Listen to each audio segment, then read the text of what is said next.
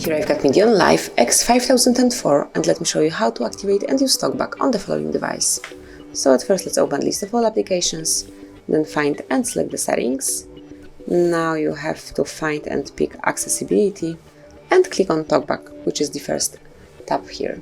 And if you'd like to activate TalkBack, in which your device will provide you with spoken feedback to help blind or low visual user to see the content on the device, to actually hear the content on the device, smoothly tap on this tab and then click on OK to activate it. And as you can see, now you can come along with the whole tutorial. Let me just skip it. To skip it, you have to tap on next once and then double tap to confirm the selection. This is how you will use your device while TalkBack is on. There is one tap to mark something and then double tap to confirm. And now we can volume it up a bit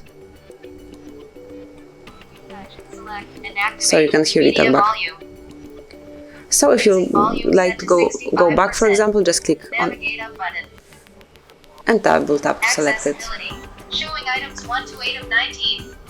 And as you can see, now you are being provided with the whole description, and for example, if you will mark TalkBack, the feature will tell you what you marked.